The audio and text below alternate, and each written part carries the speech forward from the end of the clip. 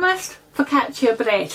A week late, sorry, but so much going on here. We'll just have to take it as each week as it comes kind of thing. So for focaccia straight away, I'll just tell you we've got 500 grams. I'm using bread flour, but you can just use all-purpose flour or plain flour. Either will do. 300 mils of warm water, you know, warm to the touch, quite warm water. 2 tablespoons, now I'm using Scottish rapeseed oil, but you can use olive oil, be fine. Teaspoon of sugar, teaspoon of salt, and a packet of yeast. So we'll just get these ingredients going together. Now you will need rosemary later for the topping, and actual sea salt, you know, for grinding. You'll need to have some of that as well. But I mean, if you don't have fresh rosemary, you know, just use dried. I mean, it'll be absolutely fine. But on this occasion, if you do have fresh rosemary, it's nice to give yourself a treat every so often. Now, people that watch me making these will know I don't very often add sugar to bread, but today we're going to. So I'll just create a wee well. Just helps maybe some of the bitterness sometimes from the rosemary later. So what did you actually put in there? Sugar. I just said that. Right. Sorry, but I'm sure I just said that. Anyway. What did you put in before? Now you're just putting me on the spot. We have a packet of yeast, we have a teaspoon of salt, a teaspoon of sugar. We now have 300 mils of warm water. And we're going to just add 2 tablespoons of oil to that now. Either, like I say, extra virgin oil or rapeseed oil. As good as you could afford. We'll just give that a quick mix in. I don't know why I'm using a wooden spoon. Kenny has completely thrown me, because of course normally anybody again that watches knows I get in with my hands. But anyway, we've started now. And then I'm going to just pop some flour on a surface and we'll just crack at and knead that for 5 minutes. Okay, we've just about come to the end of kneading this now. Like I said, Kenny did throw me a wee bit. So just in case you don't normally make bread, when you're kneading, you just push it away from yourself and pull it back. And push it away, pull back. Now if you want, you can stretch your dough a little, and that helps get some holes in, you know, some air holes eventually. But if you just work through the process, just keep pushing it out and pulling it back. Now this dough, because it was warm water and oil, it's really come together just within 3 minutes, I would think, if even that. What I should have said was there's slightly more water in focaccia than you would put in ordinary bread. So just be careful, because you're not wanting to overflour it. The first time you put a wee bit of flour on your surface, fine, little on your hands, but it's amazing just how quickly, you see, it's not sticking to my hands at all. So you just keep working at it until it's really quite pliable. You'll feel it, it's soft, you know, you can squish it. So that's how you get it. If you really want it to be rude, it can start making like body burp sounds, but hey ho, we'll try not to go there today, just in case Kenny would be accusing me. Anyway, we shall just some oil, if you've got a spray, if not just use a wee brush, in a warm place. For me, on with my shower tap, thick cling film, tea towel. If you're watching the plastic, a tea towel will be fine. And leave it for an hour to an hour and a half until it doubles in size. So we'll come back then. Bye. Okay. Mine's took a wee bit longer today. It should only take about an hour. Mine's took an hour and a half, so the house must be a wee bit colder. Colder, what can I say? July in Scotland. What can you say? It's cold. Anyway, it has risen nicely. You can see how it started to bubble slightly. Got a couple of wee dimples in it. So you're wanting to knock this back, but you're reasonably gently. You're not needing to take out all the air like you would normally do. Don't worry if it does. So we'll just give it a wee bit of a poke, just a little bit, and then it's going to have its second proof in whatever utensil you're wanting to actually cook it in.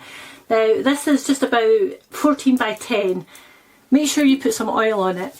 If you've got a nice round tray, personally I would say to use a nice round tray. I think focaccia looks lovely round, but that's just my own preference. I don't have a nice round tray, Kenny. Maybe one of these days. Hint, hint. hint, hint. Right, so I'll just, it might not fill it, right, I'll just put you underneath it just to stop it slipping about. And just work it out. You're wanting it ideally to be just about half an inch thick, and it should fit this tray. And then you're kneading it then, once it's, I'll just keep doing it, you're kneading it to proof for another half hour to 45 minutes. That'll be the last proofing. So at some point during that, come and get your oven heated. So it's to be heated at 220 centigrade, 425 Fahrenheit, gas mark 7. Now, what you're wanting this to look like, once, you know, half an hour or so in a warm place, is it'll start to look puffy. So once it starts to just look that wee bit spongy and puffy, you'll know it'll be ready just to do the next bit. So we shall just leave it at that. We'll cover it again and leave it for half an hour or so, and I'll come back and show you the last section. So see you in a wee minute. Okay, so we've left this for just about the half hour. Now, in the interest of time, I'm having to stop because this is for our tea and it's getting quite late. Like I say, my house is a wee bit cold, so if you're wanting it to puff up more than this, it won't ever go big because, you know, it's a flat bread. But if you're wanting it to puff up a wee bit more, just give it a little longer. But anyway, at this stage, all you're needing to do then is poke down holes the whole way over. You can see, I mean, it has puffed up because you can see how I'm managing to poke some holes in it. So just little sing-songs as you go. And then you're wanting to drizzle some oil. Now, I like the olive oil, rapeseed, whichever, as long as it's good quality and it's, you know, like extra virgin. I have been given a little present of some rapeseed, Highland rapeseed, with this one has got juniper and thyme in it. So we're going to just drizzle that over. Now, what you're wanting to do is make sure you get it down into the holes as well.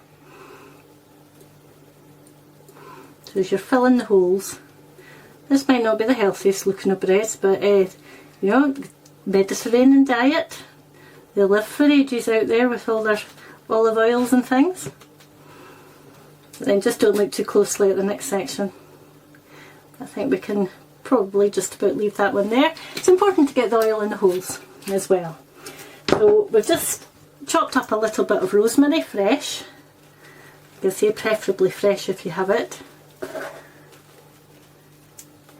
Just give that a little over like this. And then sea salt, coarse sea salt.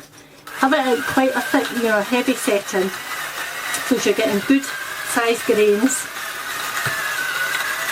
Then just all the way over.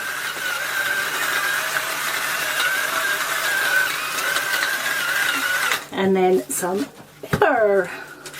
Again, nice and thick grains. You can see them better actually with the pepper kind of getting them nice and coarse.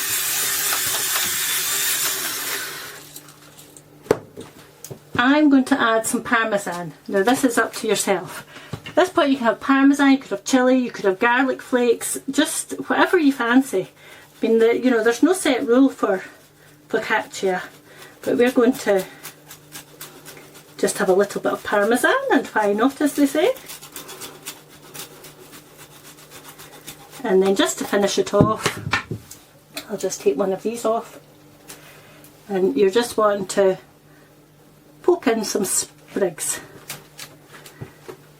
I do wish I had let this rise a wee bit longer, but it is already 7:30 and I've got a hungry family wanting fed here. So just 2 or 3 wee sprigs. Rosemary. Little bits of rosemary. So just for the aesthetics. You can even just put the twigs in, the stalks in, because you can take them out.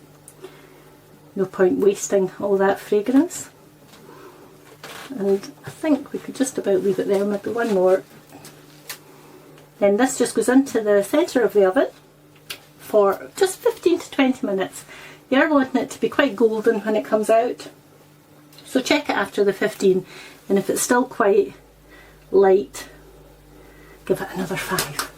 So we'll just pop it in.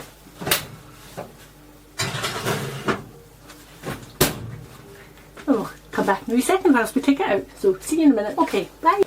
Yet again, I wish we had smelly vision because it smells delicious. Oh, listen to it.